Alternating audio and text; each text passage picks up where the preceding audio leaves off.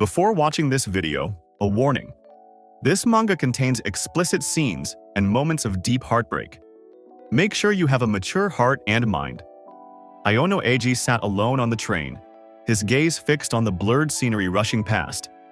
Today was meant to be special. His first birthday date with Amada Miyuki, the girl he had loved since childhood. But instead of sharing this moment, she had told him she had club activities, leaving him to navigate his emotions in solitude. He sighed, reflecting on the past. Miyuki had been a constant presence in his life, their relationship evolving from friendship into something more. Yet, even after half a year together, they had never kissed. He had always admired her from afar, and now, as he stared at his phone, the truth settled heavily. She had chosen not to come. The train came to a stop, and Iono stepped off, his feet carrying him through the city streets. This was where they had first met. As he walked, memories played in his mind, holding hands at the theater, her smile, the warmth of being beside her. He tried to shake off the thought, but his heart lingered on what could have been. It was then that he noticed his surroundings. Couples walked in each other, some leaning in for tender kisses. As his eyes darted around, realization struck. He had wandered into the red light district. Embarrassment surged through him, his face warming at the thought of what people did in this part of the city.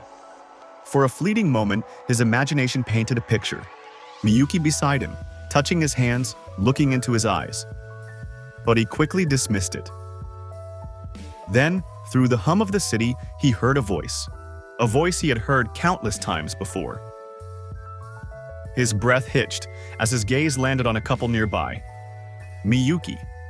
She was holding onto another man's arm, her body pressed close to his. Shock rooted Aono in place. Miyuki's eyes widened when she saw him frozen in surprise. The air between them crackled with tension. Before Aono could say anything, he reached for her, grasping her arm as if trying to make sense of the betrayal unraveling before him. But the man beside her pulled her away protectively, his expression darkening. Then, in an instant, Aono felt the sharp sting of impact, the man's palm striking across his face with brutal force. The blow sent him stumbling backward, colliding with the cold, unyielding wall behind him. "What the hell are you doing to my girlfriend?" the man spat, his voice filled with venom. Iono could barely process the words. His world was spinning. "I was the one betrayed," he managed to choke out. The stranger scoffed. "Are you a stalker or just an idiot?" He turned to Miyuki, waiting. "Tell him." Miyuki hesitated for just a moment before speaking, her voice cold, distant. "I only dated you because you were my childhood friend. You were boring." Aono felt his chest tighten, his heartbeat pounding against his ribs. Then, the final twist. His rival smirked, his voice laced with cruelty. "Tell him exactly what we've done together. Say it about the things we did on bed." Aono's breathing faltered. His thoughts became static. Desperate, confused, his hand moved on its own, reaching out to her too roughly, too forcefully. Miyuki stiffened. The man beside her didn't flinch, only watching with amusement. "So who will you choose, me or him?" Tears welled in Miyuki's eyes. "I choose him. I depend on him." At that moment, Aono's heart shattered into something even smaller than dust. The man chuckled, patting Miyuki's head like she was some kind of prize. "Say it louder." Miyuki turned, her face devoid of emotion. "You were nothing more than a clingy stalker, an abusive boyfriend." Narrator note: we all know Aono isn't that kind of guy. This is obviously a lie. Aono was motionless, barely able to comprehend reality. "Now break up with him," the man commanded. Miyuki didn't hesitate. "Aono, I'm breaking up with you. Our relationship is over." Her words hung in the air, suffocating him. Aono inhaled slowly. "You don't have to talk to me in school anymore." And just like that, it was over. That day, Iono Eiji thought he had found peace, but peace was never what it seemed. He wandered into a small restaurant, stepping through the doors. Two familiar voices greeted him with warmth and care. "Did you skip lunch?" one asked. The woman noticed the emptiness in his gaze. "What's wrong, Aono?" But he didn't answer. He simply stood up and walked away. He retreats to his room, collapsing onto his bed, hoping for a better tomorrow. His mother and brother call him to eat, urging him toward the dining table. Just as his fingers graze the chopsticks, his consciousness fades. Another nightmare, just like every time he tries to sleep. Tears well in his eyes as he slumps onto the table, exhausted. In his dream, he sees them, the bastard and his ex-girlfriend, wrapped in an explicit display. From the window, he watches in horror, pleading with them to stop. But they ignore his cries, their lips meeting as he begs, voice cracking with despair. The dream shatters, pulling him back to reality. He wakes up breathless, fear and betrayal knotting inside him. "I'm scared of sleeping," he mutters under his breath, staring at his trembling reflection in the mirror. The sight of his own tear-streaked face fuels his resolve. He dons his uniform, grabs his bag, and steps out into the world once more. At school, his best friend notices his troubled expression and asks if anything is wrong, if something happened between him and his ex. Forcing a smile, he shakes his head. "Nothing happened," he lies. The ex-girlfriend walks past with another girl, their laughter reaching his ears. His eyes trail her, and suddenly, a memory grips him. She had once asked him if he had a girlfriend. He had said no, puzzled by the question. Her face had lit up as she jokingly suggested she become his future wife. He had told her to stop. Poor guy never knew she was a player. The flashback fades. He steps forward, his fingers brushing against her shoulder. She turns, startled, locking eyes with him. Her friend immediately steps in, shielding her. "Don't talk to her," she spits. His breath catches. The girl glares, cursing him, calling him a creep. They walk away without another glance. Instead of heading to class, he drags himself home and collapses onto his bed. His phone vibrates. A message filled with venom. "Die." The same words over and over, sent from different accounts. His heart aches. He hasn't done anything wrong.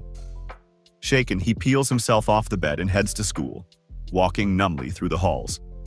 His classmates whisper, voices like daggers, their murmurs threading together into a chant. "Die, die, die." The ugly rumors swirl around him, relentless. He hears his name twisted into lies, accusations. Someone sneers, telling him to shut up, claiming Miyuki, his ex, would never lie.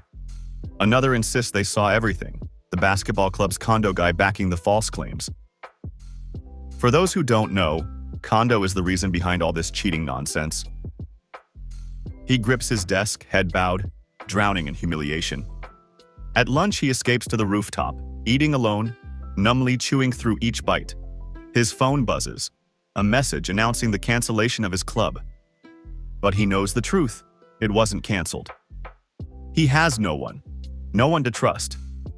As he steps back into class, the rumors spread like wildfire.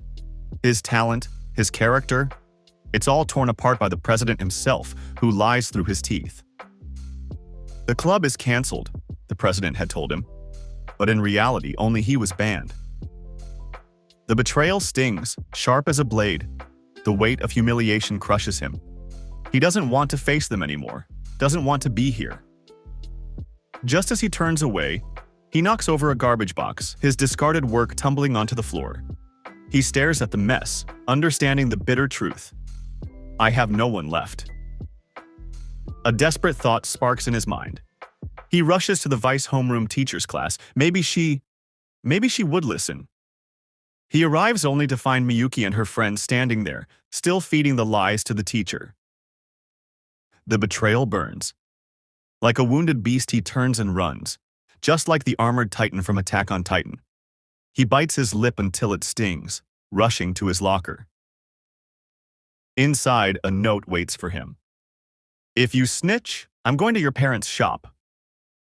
He recognizes the handwriting, Kondo. Shaken, he bolts for home. His mother greets him, puzzled about the club cancellation. He simply nods. She tells him to rest, and he mutters an empty okay.